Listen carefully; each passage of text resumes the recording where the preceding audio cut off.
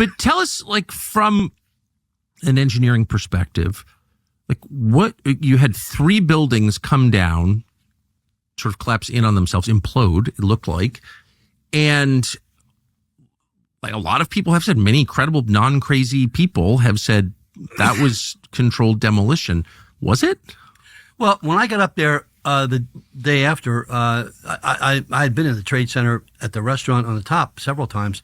There's no way those 2 buildings could have collapsed into what they were there.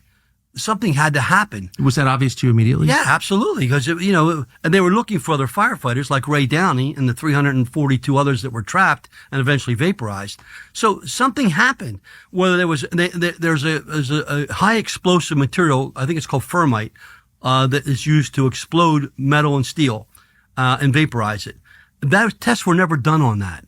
There were some limited tests that found that there was some evidence of that, but the whole thing never was subjected to the kind of investigation that would be warranted when 3,000 people die. Do I think 9/11 is going to be the biggest scandal in our lifetime and beyond? Yes, I think it's going to be the biggest scandal in the history of America because it occurred on U.S. soil and because it is so recent that we have relevant information still available. Right, that's right. We have recorded information. We have personal information.